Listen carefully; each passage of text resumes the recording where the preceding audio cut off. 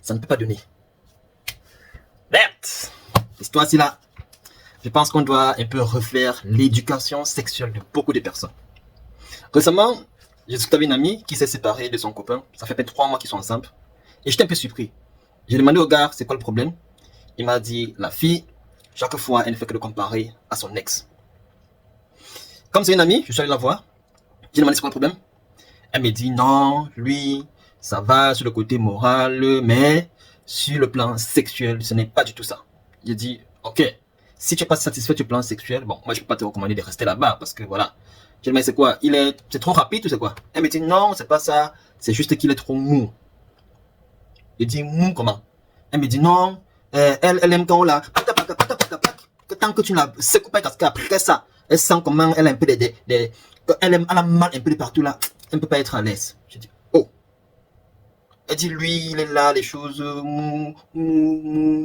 Elle n'aime pas ça. Voilà pourquoi est-ce qu'elle a jugé là. Bon, elle a commencé à parler un peu de son ex de temps en temps. Et puis, c'est déjà une grosse erreur. C'est une grosse erreur. Il ne faut pas comparer les gens. Quand vous comparez, l'homme a son ego, hein, ça le blesse. Et puis, même s'il faut faire des efforts, c'est mort. Et par même des efforts, je pense qu'on doit... Bon, on ne parle pas de ça. Hein. Je pense qu'on doit un peu refaire l'éducation de beaucoup. Parce que, malheureusement, certaines femmes ont appris à cuisiner, la maman les a appris à cuisiner, à tenir un bon foyer puisqu'il va avec, mais elles ne les ont pas appris sur le plan sexuel parce que ça reste toujours un sujet tabou chez nous, même pas seulement chez nous, partout, c'est encore un sujet tabou. Mais après c'est normal, quelqu'un peut apprendre à quelqu'un quelque chose qu'elle ne connaît pas. On nous a longtemps fait croire que voilà, l'éducation c'est quelque chose qu'il fallait garder dans la mémoire, et beaucoup ont appris dans le tas, avec des choses qui ne sont pas vraies, souvent avec des films érotiques. D'autres personnes qui disent que non, le sexe, ça ne m'intéresse pas. Et pourtant, elles passent des nuits à rêver de ça. Elles passent la journée entière à penser à ça. Mais non, ça m'intéresse. Non, ça intéresse tout le monde. C'est un sujet qui intéresse tout le monde, c'est moi qu'on n'en parle pas.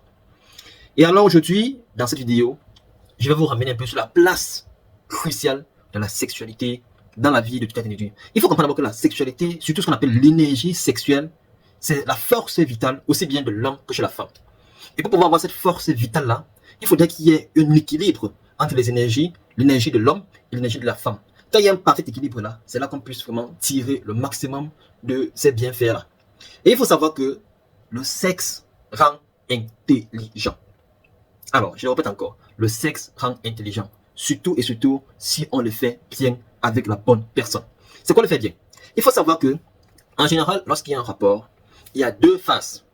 Beaucoup de gens connaissent une seule phase, qui est la phase reproductrice ou la phase biologique. Donc c'est la phase là, comme vous voyez là en image, où l'énergie sexuelle quitte du cerveau, ça descend au niveau des organes et puis c'est libéré. Beaucoup c'est comme ça, dès qu'ils font ça, c'est fini. On quitte là, on descend, on libère, c'est fini.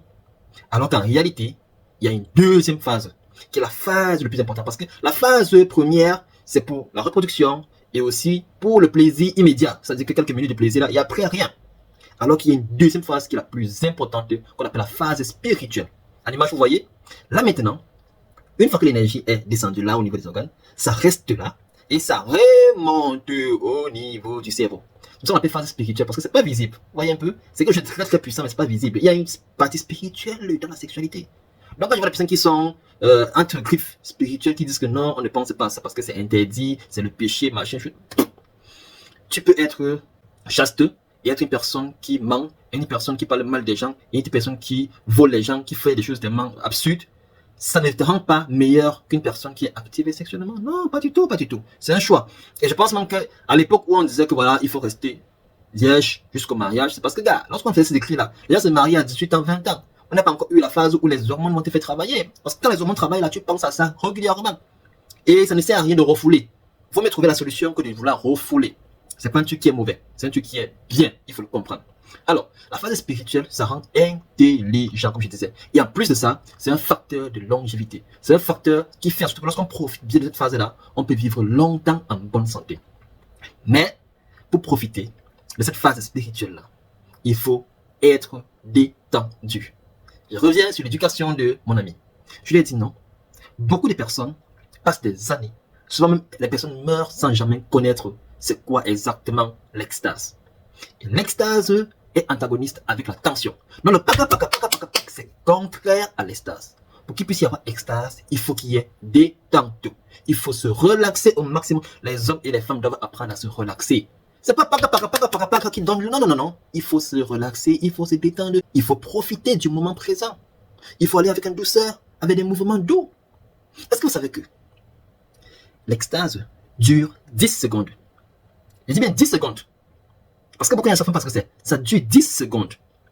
Et en moyenne, une personne qui est active sexuellement va avoir 20 secondes par semaine d'extase. Si on le fait bien. 20 secondes par semaine. Lorsque je fais les calculs, ou la calculatrice, lorsque je fais les calculs, 10 secondes du passé par période. 20 secondes par semaine. Ça fait quoi? 18 minutes par an.